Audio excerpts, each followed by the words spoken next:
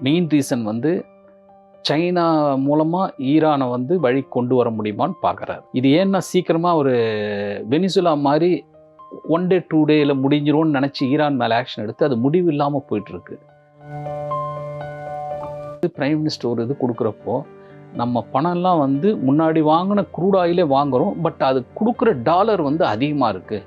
அதனால் நம்ம foreign currency இது வந்து குறைஞ்சிட்டே வருது. அதுக்காக தான் ஒரு முன்னாடியே ஒரு சொல்கிறார். ஒர்க் ஃப்ரம் ஹோம் சொல்கிறாருன்னா அந்த 2 வீலர் 4 வீலர் யூஸ் பண்ணலான்னா ஒரு 15% 20% வந்து இம்போர்ட்டை குறைக்கலாம். அப்போ வந்து ப்ரைஸ் இன்க்ரீஸ் பண்ணாமல் பார்க்கலான்றது. கோல்டுக்கு வந்து இறக்குமதி வரியை அதிகப்படுத்தியிருக்காங்க. அதாவது முன்னாடி 6% இருந்தது, அது 10% ப்ளஸ் செஸ் ஒரு 5%, மொத்தம் 15% ஆகினாங்க. 1 கிராம் வந்து 15,400 ரூபா வரையும் போய் ஈவினிங் அப்புறம் குறைஞ்சி 15,000 ரூபா ஒரு கிராம்னு நின்றுது. கோல்டு வேணுன்றவங்க யாருன்னா சப்போஸ் மேரேஜெல்லாம் ஃபிக்ஸ் பண்ணிட்டாங்கன்னா அவங்களுக்கு கோல்டு தேவைன்னா அதை வந்து வாங்காமல் இருக்க முடியாது. தேவையே இல்லாமல் சும்மாவே வாங்கி அதை லாக்கரில் வைக்கிறவங்க தள்ளி போடலாம். அடகு வைக்கிறவங்களுக்கு எக்ஸ்ட்ரா கிடைக்கும் அமௌண்ட்டு. 1 கிராமுக்கு வந்து இப்போ கொடுக்குறத கூட கொடுக்கலாம். இன்னொன்று வந்து வார் நின்ன பிறகு தான் கோல்டு வந்து எப்படி இதாகும் தெரியும். ஏன்னா ஜனங்க ஏறும்போது ரொம்ப பரபரப்பாக இருக்காங்க, அது அமைதியாக இருக்கப்போ அதை பற்றி கண்டுக்கிறது இல்லை. 2011லேருந்து ஒரு 10 வருஷம் 2021 வரையும் கோல்டு அமைதியாக தானே இருந்தது, ஒன்றும் பெருசாக ஏறல.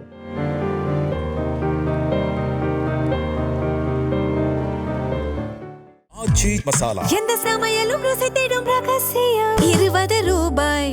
வாவ் தமிழா நேயர்களுக்கு வணக்கம். இந்த நேர்காணலுக்கு நம்ம கூட ஃபைனான்சியல் எக்ஸ்பர்ட் லக்ஷ்மி நாராயணன் அவர்கள் இருக்காங்க. வணக்கம் சார். வணக்கம். மீண்டும் வாவ் தமிழ் சேனலை சந்திக்கிறேன். நன்றி. எஸ் நம்ம வார் பற்றி தான் தொடர்ந்து பேசிக்கிட்டு இருக்கோம். இப்போ ஆனால் ஒரு சீரியஸான சிச்சுவேஷனுக்கு வந்திருக்குங்கிற மாதிரி எல்லா இடத்துலையுமே பேசுகிறாங்க. இதில் முதல்ல இப்போ வைரலாக போய்கிட்டு இருக்கிறது தான் கோட்டக் மஹிந்திரா பேங்கோட ஃபவுண்டர் உதய் கோட்டக் அவர் சொல்லியிருந்தார், இனிமேல் நம்ம கேர்ஃபுல்லாக இருக்கணும், ரொம்ப டஃப் டைம்ஸ் தான் நம்ம சந்திக்க போகிறோம், அது எப்படி இருக்கும்னு தெரியாது, ஸோ அதை வந்துட்டு நம்ம ஷாக் ஆகுறதை விட இப்போவே அதுக்கு ப்ரிப்பேராக இருந்துக்கலான்னு அவர் சொன்னார். அதை தொடர்ந்து சைமல்டேனியஸ்லி நிறைய விஷயங்கள் நடக்குது. ஸோ வாரோட நிலைமை எப்படி இருக்குது சார்? வாரோட நிலைமை இப்போ வந்து எப்படின்னா, ஃபஸ்ட்டு வந்து உக்ரைன் ரஷ்யா வார் வந்து ஏதோ கொஞ்சம் வெளிச்சம் தெரியுது, நிற்குமான்ற ஒரு இதில் தெரியுது. பட் ஈரான் அமெரிக்கா ரெண்டுமே வந்து அடமெண்ட்டாக இருக்காங்க. ஈரான் சொல்கிறது அமெரிக்கா கேட்கல, அமெரிக்கா சொல்கிறது ஈரான் கேட்கல. இதை வந்து எப்படி சென்டர் இது வரும் தெரியாது. இந்த மீன் டைம் நேற்று ட்ரம்ப் வந்து சைனாவுக்கு போயிருக்காரு. மெயின் ரீசன் வந்து சைனா மூலமாக ஈரானை வந்து வழி கொண்டு வர முடியுமான்னு பார்க்குறாரு. இது ஏன்னா சீக்கிரமாக ஒரு வெனிசுலா மாதிரி 1 day 2 dayல முடிஞ்சிரும்னு நினச்சி ஈரான் மேலே ஆக்ஷன் எடுத்து அது முடிவு இல்லாமல் போயிட்டுருக்கு. ட்ரம்ப்பை பொறுத்தவரையும் அவங்க நாட்டில் வந்து அக்டோபர் மாதம் மிட் டேர்ம் எலெக்ஷன் வருது. ஓகேங்களா? அங்கே இருக்கவங்களாம் இதை எதிர்ப்பு தெரிவிக்கிறாங்க, தேவையில்லாத விஷயத்துல ஏன் இப்போ தலையிட்டுன்ட்டு. அதால் இப்போ அது பாதிக்கு மேலே போயிடுச்சு, அதுலேருந்து வெளியே வரணும், என்னென்னமோ ட்ரை பண்ணுறாரு. கடைசி முயற்சியாக சைனாவுக்கு போயிருக்காரு. அதால் ஏதாவது ஒன்று சொல்லி வரத்துக்கு பார்க்குறாரு. அது எத்தனை நாள் ஆகுன்றது தெரியல. ஆனால் இதில் ரொம்ப பாதிக்கப்படுறது என்னன்னா, இப்போ நமக்கெல்லாம் வந்து ஆயில், பெட்ரோல், கேஸ் இது எல்லாமே வந்து க்ரூட் ஆயில் எல்லாமே வந்து ஸ்ட்ரெயிட் ஆஃப் ஹார்மோஸ் மூலமாக வரணும். இப்போ அதெல்லாம் ரொம்ப ரொம்ப பாதிக்கப்பட்டிருக்கும். நீங்கள் சொன்ன உதய் கோட்டக் என்ன சொன்னார்னா, வரப்போகிற காலம் வந்து அடுத்த 2-3 வருஷம் வந்து வார்கள் நிறைய வர வாய்ப்பு இருக்குது. எல்லாருமே கேர்ஃபுல்லாக இருக்கணும்னா என்ன, எக்ஸ்பென்சஸ் அதிகமாகலாம், இன்ஃப்ளேஷன் கூடலாம், லிக்விடிட்டி நிறைய வச்சுருந்தா நல்லது, கமிட்மெண்ட்ஸ் லோன் கமிட்மெண்ட்ஸ்லாம் கொஞ்சம் தள்ளி போகிறது நல்லது. இன்னொன்று வந்து எல்லா வீடுகளையுமே வந்து எமர்ஜென்சி ஃபண்டு ஒரு 3 months மினிமம் வச்சுருந்தா நல்லது. எப்போ என்ன நடக்கும்னு தெரியாது. அதால் பணம் இருக்கப்போ அதை எடுத்து போய் உடனே செலவு பண்ணாமல் கொஞ்சம் அதை இதுவாக வச்சுருந்தா நல்லா இருக்கும்ன்றது தான் மெயின் கான்செப்ட். இப்போ வார்லேயே பார்த்தீங்கன்னா இந்தியா கொஞ்ச நாளாக வந்து அரசியல் நகர்வு மூலமாக என்ன பண்ணாங்கன்னா, ஒப்பேக்குன்னு ஒரு அசோசியேஷன் இருக்குது, ஆர்கனைசேஷன் ஆஃப் பெட்ரோலியம் எக்ஸ்போர்ட்டிங். அந்த ஆர்கனைசேஷன் தான் வேர்ல்டு முக்கியமான கண்ட்ரிலாம் வந்து மெம்பராக இருந்து கண்ட்ரோல் பண்ணுறாங்க. இப்போ இந்தியாவுடைய தொடர் முயற்சியில் என்ன பண்ணாங்கன்னா, யுஏஇ அதுலேருந்து வெளியே வர வச்சுட்டாங்க. என்ன ரீசன்னா, ஒப்பேக்கில் இருந்தால் இவ்வளோதான் ப்ரொடக்ஷன் பண்ணணும், இந்த ரேட்டு தான் வைக்கணும்னு ஒரு ரூல் இருக்குது. May 1 யுஏஇ வெளியே வந்துட்டாங்க. அது வந்து இன்டைரக்ட்லி இந்தியாவுக்கு பெனிஃபிட் வார் நின்ன பிறகு. என்னன்னா, யுஏஇக்கு வந்து இப்போ இந்த போரில் நிறைய செலவாச்சு. அப்போ வெளியே வந்த பிறகு அவன் வந்து க்ரூட் ஆயில் நிறைய ப்ரொடக்ஷன் பண்ணுவான். பண்ணும்போது ரேட் அவனே ஃபிக்ஸ் பண்ணிக்கலாம். இல்லை, ஃபிக்ஸ் பண்ணும்போது என்ன ஆகும், நிறைய ப்ரொடியூஸ் பண்ணி விற்கணும் சீக்கிரம்னா ரேட் இதாகும். இப்போ இந்தியா மாதிரி கண்ட்ரிக்கு என்னன்னா கொஞ்சம் ஃபேவர் அது. ஓகே. இப்போ அதால தான் அடுத்த வாரத்தில் வந்து பிரைம் மினிஸ்டர் போகிறப்போ ஃபஸ்ட்டு யுஏஇ போகிறாரு. அதுக்கு முன்னாடியே வந்து ஃபாரின் மினிஸ்டர் போயிட்டு வந்தார். ஜெய்சங்கர், அஜித் தோவல்லாம் போயிட்டு பேசிட்டு வந்தாங்க. அதால் யுஏஇ அண்ட் இந்தியா ரிலேஷன்ஷிப் ரொம்ப க்ளோஸாக போகுது. இதை போருடைய முதல் இது வந்து வெற்றி வந்து ஒபேக்லேருந்து யுஏஇ வந்திருக்காங்க வெளியே. ஓகே. அப்ப நமக்கு சாதகமா அது சாதகமான இது. ஆனால் போர் முடியணும். ஏன்னா இப்போ யுஏஇ சப்ளை பண்ணுறேன்னாலும் அந்த வழியாக தானே வரணும். ஸ்ட்ரெய்ட் ஆஃப் ஹார்மோஸ் அது வந்து ஃப்ரீ ஆகணும். லைக் வேற அவங்க அங்கேருந்து வேற ரூட் இல்லைல்ல? வேற ரூட் இல்லை. அடுத்த ஆல்டர்னேட்டிவ் என்னன்னு யோசிப்பாங்க. இல்லை ஈரான்கிட்ட கொஞ்சம் கடுமையாக நடந்து அதை இது பண்ண சொல்லுவாங்க. இந்தியன் ஷிப்பையாவது விட சொல்லி கேட்கலாம். அந்த மாதிரி இது இருக்கும். இதுதான் ப்ரெசன்ட் சிச்சுவேஷன். யுஏஇயுடைய ஸ்டாண்ட் வந்து நமக்கு இந்தியாவுக்கு ஃபேவராக இருக்கும்போது வாரெல்லாம் முடிஞ்ச பிறகு பார்த்தீங்கன்னா பழையபடி அந்த $70-80 ப்ரைஸ்க்கு வந்ததுன்னா இம்போர்ட் பண்ணுற அந்த காஸ்ட் வந்து நிறைய குறையும். அதால் தான் இப்போ வந்து பிரைம் மினிஸ்டர் ஒரு இது கொடுக்குறப்போ நம்ம பணம்லாம் வந்து முன்னாடி வாங்கின க்ரூட் ஆயிலே வாங்குகிறோம். பட் அது கொடுக்குற டாலர் வந்து அதிகமாக இருக்குது. அதனால் நம்ம ஃபாரின் கரன்சி இது வந்து குறைஞ்சிட்டே வருது. அதுக்காக தான் முன்னாடியே சொல்கிறார். அவர் மோடி அவர்கள் சொல்லியிருந்தாரு, நம்ம இனிமே அவரும் அதான் சொல்லியிருந்தாரு, நம்ம ரொம்ப கேர்ஃபுல்லா இருக்கணும். ஒர்க் ஃப்ரம் முடிஞ்ச அளவுக்கு ஒர்க் ஃப்ரம் ஹோம், ஃபாரின் எங்கேயும் போக வேணாம், இந்த மாதிரி எச்சரிக்கைகள்லாம் கொடுத்திருந்தாரு இல்லையா? ஸோ இப்போ இது எவ்வளோ மாசத்துக்கு இது இருக்கும்? ஏன் இப்போ அந்த எச்சரிக்கை கொடுக்க? இல்லைங்க, எச்சரிக்கை கொடுக்குறதுனா எப்பயுமே வந்து இது இன்னைக்கு நடந்தது கிடையாது. வாரால வந்து நமக்கு வந்து இம்போர்ட் நிறைய பண்ணுறது க்ரூட் ஆயில் அண்ட் கோல்டு. இதில் வந்து நிறைய டாலராக கொடுக்கும்போது நம்மளுடைய ஃபாரெக்ஸ் இது குறைஞ்சிரும். கொஞ்சம் கண்ட்ரோலாக இருங்க. அதே போல் ஃபாரின் ட்ராவல் போகும்போது நம்ம டாலரை எக்ஸ்சேஞ்ச் பண்ணி போவோம். அதாலேயே நம்ம ஃபாரின் கரன்சி குறையும். இங்கே இருக்கவங்களுக்கு நிறைய புரிதல் இல்லை. என்னன்னா, நான் கோல்டை வந்து ரூபா கொடுத்து தானே வாங்குறேன்றாங்க. அது கரெக்ட் கிடையாது. பட் இம்போர்ட் பண்ணும்போது எல்லாமே நம்ம டாலர் கொடுத்து தான் இம்போர்ட் பண்ணுறோம். அப்போ வந்து கையில் இருக்க கரன்சிலாம் கரைஞ்சிடுச்சுன்னா நாளைக்கு நம்மளுடைய பொருளாதார நிலைமை மோசமாகுன்றதுக்காக தான் சொல்கிறது. ஓகே. இப்போ சில இடத்துல சொல்றாங்க தட் இனிமே கொஞ்ச நாள்ல நம்ம கையில இருக்கிற இப்போ ஒரு 50 பவன் இருக்கு, இல்ல 100 பவன் இருக்குன்னா அதுல கொஞ்சம் கவர்மெண்ட் எடுத்துப்பாங்க, எடுத்துட்டு ஒரு பாண்ட் மாதிரி கிரியேட் பண்ணுவாங்கங்கிற மாதிரி. இல்லைங்க, அந்த மாதிரிலாம் எதுவுமே கிடையாதுங்க. இது வந்து நிறைய பேர் வந்து அவங்கவுங்களுக்கு என்ன தெரியுமோ அதெல்லாம் சொல்லிட்டு இருக்காங்க. அந்த மாதிரிலாம் சொல்ல மாட்டாங்க. டெம்பரவரி ஒரு வருஷத்துக்கு வந்து நம்ம ஃபாரின் கரன்சி டாலர் மூலமாக என்னென்ன பண்ணுறோமோ அதெல்லாம் குறைக்கிறதுக்கு ஹெல்ப் பண்ணுங்கன்னு கேட்குறாங்க. ஒர்க் ஃப்ரம் ஹோம் சொல்கிறாருன்னா அந்த 2 வீலர் 4 வீலர் யூஸ் பண்ணலான்னா ஒரு 15-20% வந்து இம்போர்ட்டை குறைக்கலாம். அப்போ வந்து ப்ரைஸ் இன்க்ரீஸ் பண்ணாமல் பார்க்கலான்றது. பட் எல்லாரும் கோஆப்ரேட் பண்ணால் ப்ரைஸ் இன்க்ரீஸ் பண்ணாமல் தள்ளி போடலாம். அப்படி இல்லாத பட்சத்தில் கொஞ்சம் ஏற வாய்ப்பு இருக்குது. இப்போது கவர்மெண்ட்டில் வந்து என்ன இது பண்ணாங்கன்னா $100 வரையும் ஒரு பேரல்னா மேனேஜ் பண்ணலாம். ஓகேங்களா? முன்னாடி வந்து க்ரூட் ஆயில் ப்ரைஸ் கம்மியாக இருக்கப்போ நம்ம ரேட் குறைக்காமல் அந்த ரேட்லாம் இருந்ததால் அதை வச்சு மேனேஜ் பண்ணிட்டு இருக்காங்க. பட் $100 மேலே போகும்போது ஒவ்வொரு டாலர் ஒரு பேரலுக்கு ஏறினா கிட்டத்தட்ட 50 பைசா ஒரு லிட்டருக்கு ஏற்றணும். அப்போ தான் வந்து மேனேஜ் பண்ண முடியும். இதுக்கு முன்னாடி கவர்மெண்ட்டில் என்ன பண்ணாங்கன்னா எக்ஸைஸ் டியூட்டியில் பெட்ரோல் டீசலுக்கு 10 ரூபா வந்து குறைச்சிருக்காங்க. இன்டைரக்டாக அது வந்து ஆயில் கம்பெனி கொடுக்குறது. அதையும் மீறி அதிகமாக போயிட்டுருக்கு. இப்போ நேற்று இது பார்த்தீங்கன்னா கிட்டத்தட்ட $107-108 வந்திருக்கு. அப்போ வந்து அந்த ப்ரைஸ் இன்க்ரீஸ் ஆகும்போது நம்ம வந்து ரொம்ப அஃபெக்ட் ஆகணும். எப்படி சார்? என்னென்ன விதத்தில் அஃபெக்ட் ஆகிறோன்னா ஃபஸ்ட்டு வந்து நம்ம வந்து டாலர் கொடுத்து வாங்குறோம். அதுதான் ஃபஸ்ட் அஃபெக்ட். இந்த பெட்ரோல் டீசல் ப்ரைஸ் ஏறினால் எல்லாமே அதை சார்ந்து இருக்கு. எல்லாமே ஏறும்போது இன்ஃப்ளேஷன் கூடும். அது சம்பந்தமா அந்த ஏர் இந்தியாவோட ஃப்ளைட்ஸ் எல்லாமே இப்போ நேற்று தான் நியூஸ் பார்த்தேன். அவங்க இது பண்ணிட்டு இருக்காங்க. அப்படி இல்லைங்க, அது வந்து க்ரூட் ஆயில் ப்ரைஸ் ஏறும்போது அந்த க்ரூட் ஆயிலில் பிரிக்கிறத வந்து ஏரோப்ளேனில் யூஸ் பண்ணுவாங்க. அது வந்து ஒயிட் பெட்ரோல்னு சொல்லுவாங்க. அதனுடைய காஸ்ட் வந்து ரொம்ப அதிகம். ஓகேங்களா? இதுக்கு முன்னாடி வந்து ஒரு ஃப்ளைட்டை இயக்கிறதுக்கு வந்து 30-40% வந்து அவங்க அந்த பெட்ரோல் காஸ்ட் ஆகும். ஆனால் இப்போ கிட்டத்தட்ட 60% ஆகுது. அப்போ என்ன சொல்கிறாங்கன்னா ஏரோப்ளேன் அந்த கம்பெனிஸ்லாம் ஃபார் எக்ஸாம்பிள் ஏர் இண்டியா, இண்டிகோ இவங்களாம் என்ன சொல்கிறாங்கன்னா இந்த காஸ்ட்டுக்கு வந்து எங்களால் மேனேஜ் பண்ண முடியாது, ப்ரைஸ் இன்க்ரீஸ் பண்ணணும், ஆர் நீங்கள் அதை கம்மி ரேட்டில் எங்களுக்கு கொடுங்கன்னு கேட்குறாங்க. அப்போது அது ஒன்று. இன்னொன்று, இந்த வார் நடக்கிறதால ஃப்ளைட்டெல்லாம் சுற்றிட்டு போகிறாங்க. அந்த டிஸ்டன்ஸ் அதிகமாகிறதால அவனுக்கு எக்ஸ்பென்சஸ் அதிகமாகுது. இப்போ அதால் ஏர் இண்டியா என்ன பண்ணியிருக்காங்கன்னா கொஞ்சம் அவுட் சைட் கண்ட்ரியில் போகிற ஒரு 4-5 ஃப்ளைட்டை வந்து கேன்சல் பண்ணியிருக்கான் டெம்பரரி. மேபி எப்போத்துலேருந்து அதை திருப்பி அனௌன்ஸ் பண்ணுவாங்கன்னு தெரியல. ஏர் இண்டியாவோடது கேன்சல் ஆகுது. லைக் மோடி அவர்களே சொல்கிறாங்க நீங்கள் ஃபாரின் ட்ரிப்ஸ்லாம் போகாதீங்கன்னு சொல்லும்போது நமக்கு இந்த ட்ராவல்ல இருந்தே ஒரு எக்கானமிக்கு ஒரு மிகப்பெரிய இது வருது இல்லை சார்? இல்லைங்க, அவர் வந்து ட்ராவல் போகாதீங்கன்றாரு. ஆனால் என்ன சொல்கிறாருன்னா இந்தியாவுக்குள்ளே போங்க, ருப்பியை டிரான்சாக்ட் பண்ணும். ஓகேங்களா? Dollar foreign transaction. டிராவல் போனீங்கன்னா உங்களுக்கு கரன்சி ட்ரான்ஸ்ஃபர் பண்ணும்போது டாலர் நிறைய செலவாகும். இப்போ வந்து தள்ளி போடுங்க. நீங்க இந்தியாவுக்குள்ள எங்க வேணா போங்க. அது ஒண்ணும் சொல்லலையே. இந்தியாவுக்குள்ள போகும்போது நம்ம ருப்பியை தான் மாத்துறோம் எக்ஸ்சேஞ்ச். ஆனா அங்க போகும்போது டாலர் எக்ஸ்சேஞ்ச் பண்றோம்ல.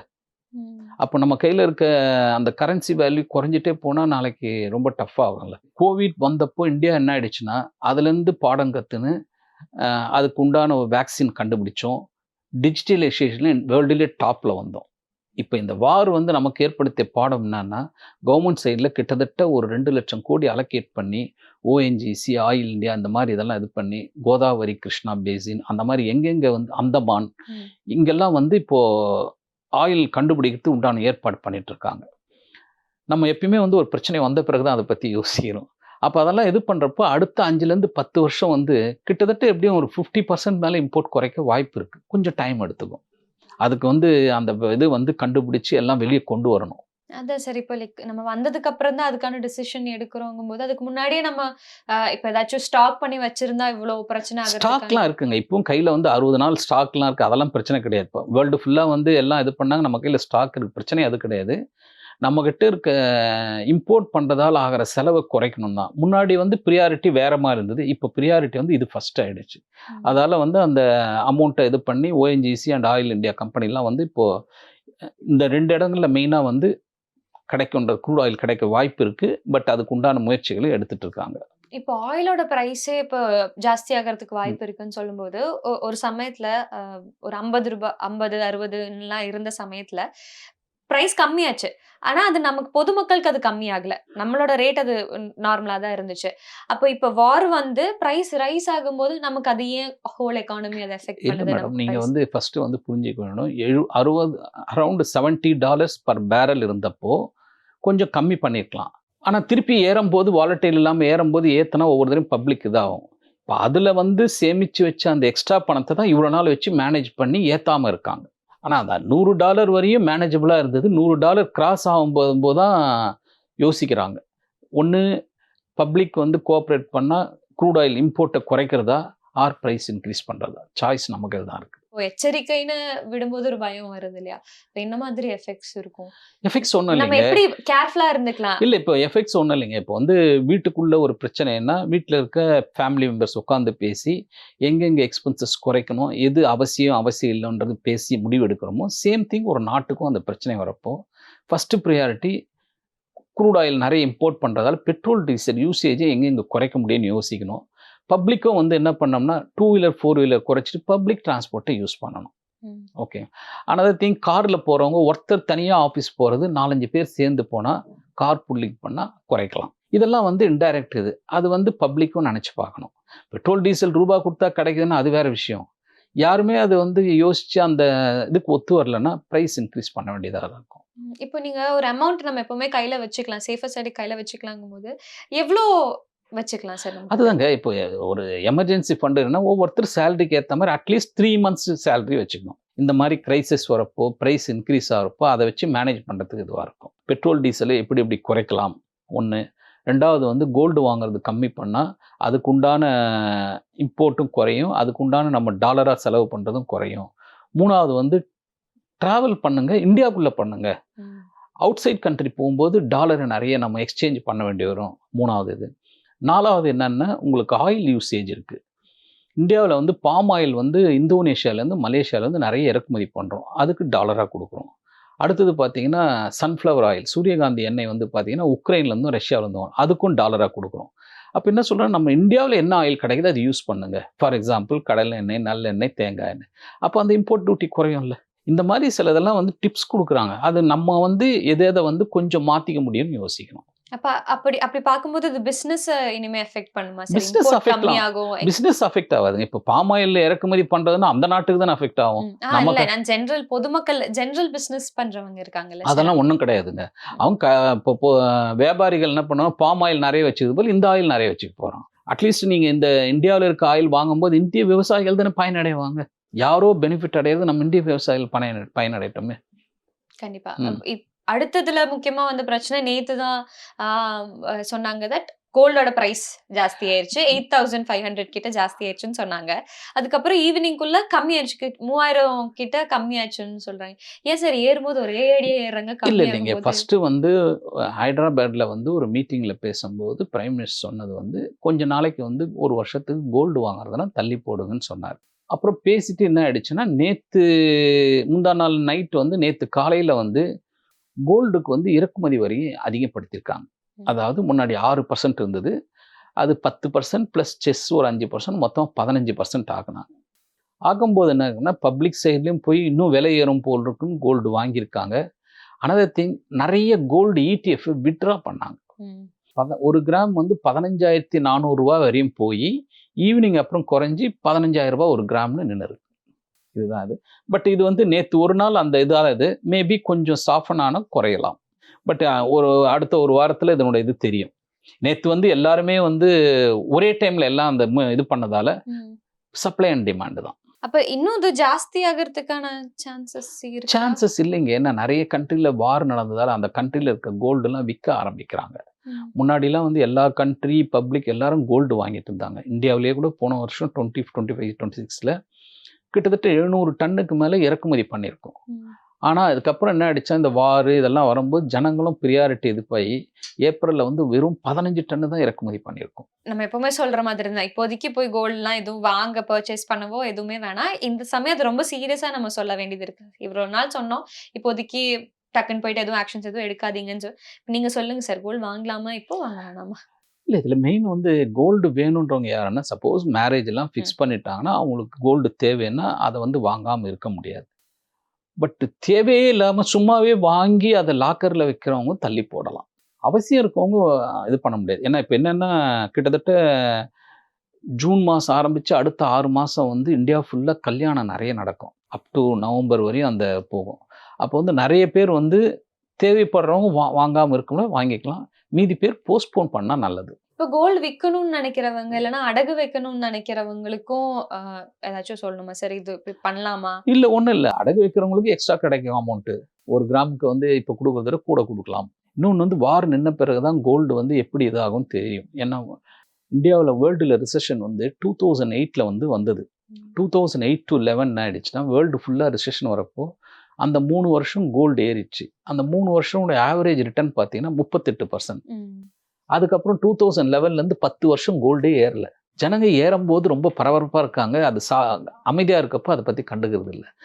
2011லேருந்து ஒரு 10 வருஷம் 20, 21 வரையும் கோல்டு அமைதியா தானே இருந்தது.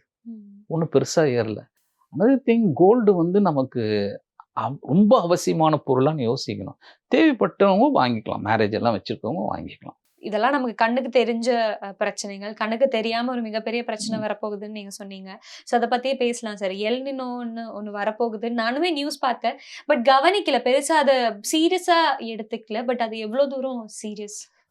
எல் நினோ வந்து இதுக்கு முன்னாடி ஒரு 150 வருஷத்துக்கு முன்னாடி இந்தியாவுல வந்து அதால ரொம்ப பாதிப்பு நடந்தது. ஓகேங்களா? அதே மாதிரி இப்ப இந்த வருஷம் வந்து எல் நினோ வரப்போகுது. எல் நினோனா முதல்ல என்னன்னு? எல் நினோனா என்னன்னா உலகத்திலே பெரிய கடல் வந்து பசிபிக் பெருங்கடல். அந்த பசிபிக் பெருங்கடல் எல் நினோ டைம்ல என்ன ஆகும்னா, அந்த கீழே தண்ணி நல்லா ஹீட் ஆகி அந்த ஹீட்டை வந்து ப்ரெஷர் பண்ணி தள்ளி விடும். அது வந்து இந்தியாவை நோக்கி வர வாய்ப்புகள் அதிகம். வரும்போது என்ன ஆகும்னா, நார்மல் மழையை விட கம்மியா பெய்ய வாய்ப்பு இருக்கு. ஓகேங்களா? சில இடங்கள்ல ரொம்ப கம்மியா பெய்யும், சில இடங்கள்ல கூடுதலா பெய்யும். அந்த மாதிரி இது. அப்ப அது மூலமா என்னன்னா விவசாயிகள் பாதிக்கலாம். வேளாண் தொழில் பாதிக்கும்போது அந்த பிரைசஸ் வந்து இன்க்ரீஸ் ஆகும் வாய்ப்பு இருக்கு. அது எந்த அளவுக்கு பாதிப்பு இருக்கும் இப்போதைக்கு தெரியாது. மேபி ஜூலை, ஆகஸ்டுக்கு மேல அதை பத்தி ஃபுல் நியூஸ் வர ஆரம்பிக்கும். எதனால அது வருதுன்னு தெரியும்? வருதுன்னா அந்த ஒவ்வொரு வருஷமும் வந்து வேர்ல்டுல வந்து கிட்டத்தட்ட ஒரு டிகிரி இது வந்து ஏறுறதுக்கு உண்டான இது இருக்கு. அந்த இது ஏறிட்டே வரப்போ இந்த மாதிரி மாறி வருங்க. அது எல்லா நாட்டையும் ஒரே டைம் தாக்காது. ஒவ்வொரு டைம் ஒவ்வொரு நாடுகளும் பாதிக்கும். ஓகே. இப்ப 150 இயர்ஸ் முன்னாடி அது வந்துச்சுன்னு சொன்னப்ப அந்த சமயத்துல என்ன சார் நிலைமை? என்னன்னா மெயினா இந்த வெயில் ஓவர் ஆகுங்க. இப்ப பாத்தீங்கன்னா போன வாரத்துக்கு முன் வாரம் மகாராஷ்டிரால ஒரு பிளேஸ்ல ஹையஸ்ட் வெயில் வந்து 47 டிகிரி டச் ஆயிடுச்சு. எப்பயுமே ராஜஸ்தான்ல தான் அதிகமா இருக்கும். ஆனா மகாராஷ்டிரா தான் இருக்கு. இப்ப நார்மல் வெயிலை விட 3லேருந்து 5 டிகிரி கூட வரலாம். அப்போ அந்த வெயில் கூட வரும்போது அது சம்பந்தப்பட்ட பிரச்சனைகளை ஃபேஸ் பண்ண வேண்டி வரும். ஸோ நம்ம நாட்டுக்குன்னா இந்தியாவுக்கு இல்லை பேசிக்காக தமிழ்நாட்டுக்குன்னு வருதுன்னா அது சென்னையில் ஆல்ரெடி செம சூடாக இருக்கு. இது இனிமே இது இல்லை, இந்த எல்னினோ வரப்போ என்ன ஆகும்னா, ஆக்சுவலாக தென்மேற்கு பருவமழை வந்து ஜூன் 1 ஆரம்பித்து கேரளாவில் ஆரம்பித்து எல்லாம் போயிட்டு ரிட்டர்ன் ஆகி வந்துடும். வந்த பிறகு தான் வந்து வடகிழக்கு பருவமழை ஆரம்பிக்கும். அந்த டைம் தான் எல்னினோ வருதுன்றாங்க. அப்போ வந்து பார்த்தீங்கன்னா தமிழ்நாடு, ஆந்திரா, பாண்டிச்சேரி இந்த 3 இடமும் வந்து நார்மல் மழையோட கம்மியாக பெய்ய வாய்ப்பு இருக்குது. கிட்டத்தட்ட 5லேருந்து 10% குறையலாம். வாட்டர் ஸ்கேர்சிட்டி இல்லை, அதுதான் அது எவ்வளோ குறையுது, எந்த இடத்துல பேஞ்சு குறையுதுன்னு அதை பேஸ் பண்ணி தான் அடுத்த இஷ்யூ அது வரும். ஆனால் கொஞ்சம் அந்த இயர் எண்டு வந்து அந்த ப்ராப்ளம் ஃபேஸ் பண்ணி ஆகணும். இப்போ அந்த 150 இயர்ஸ்க்கு முன்னாடி வந்ததுன்னு சொன்னதும் நம்ம இந்தியாவுக்கு எஃபெக்ட் ஆயிருக்கா சார்? ஆமாம் ஆமாம், ஹோல் கண்டிப்பாக. வேர்ல்டு எஃபெக்ட் இல்லை இல்லை, ஒரே டைம் எல்லா கண்ட்ரியும் அஃபெக்ட் ஆகாது. ஓகே. நமக்கு வந்தது கடைசியாக 150 வருஷத்துக்கு முன்னாடி அந்த எல்னினோ வந்து இதாயிருக்கு. கண்ணுக்கு தெரிஞ்சது பார்க்குறோம், கண்ணுக்கு தெரியாதது இது ஒன்று வந்துட்டு இருக்கு. அதுக்கும் ப்ரிப்பேர்ட் ஆகிக்கணும். என்ன மாதிரி மக்கள் அதுக்கு ப்ரிப்பேர் அது தெரியல. ப்ரிப்பேர்டுன்னா ஒன்றும் கிடையாதுங்க. இப்போ வந்து என்னென்னா வெயில் அதிகமாகுது, மழை கம்மியாகுதுன்னா, இப்போ மழை தண்ணி மூலமாக வந்து என்னென்ன பொருள் உற்பத்தி பண்ணுறோமோ அது விலை கூடும்போது நம்மளுடைய வீட்டுடைய செலவுகள் அதிகமாகும். அப்போ வந்து வீட்டில் செலவு பண்ணுறவங்க வந்து அவசியம் இல்லாத பொருளை இது பண்ணி செலவுகளை கண்ட்ரோலில் வச்சுக்கணும். நாட்டில் இன்ஃப்ளேஷன் அதிகமானாலும் வீட்டுடைய செலவுகளும் இது பண்ணிக்கணும். இந்த மாதிரி எமர்ஜென்சி ஃபண்டும் ரிசர்வில் வச்சுருந்தா நல்லது. எல்லா இடமும் நம்ம தொட்டு பார்த்தாலும் பிரைஸ் ரைஸ்ல தான், இன்ஃப்ளேஷன்ல தான் போய் நிற்கிது. மேடம், இது வந்து நீங்கள் வீட்டுக்குள்ள ஒரு பிரச்சனைனா நீங்கள் தீர்த்துக்கலாம். அவுட் சைடில் நடக்கும்போது அதை வந்து ஃபேஸ் பண்ணணும். அதை எப்படி ஹேண்டில் பண்ணுறாங்கன்ற பொறுத்து தான் அதுக்கு தீர்வு கிடைக்கும். Thank you so much. தேங்க்யூ. நன்றி. நன்றி சார்.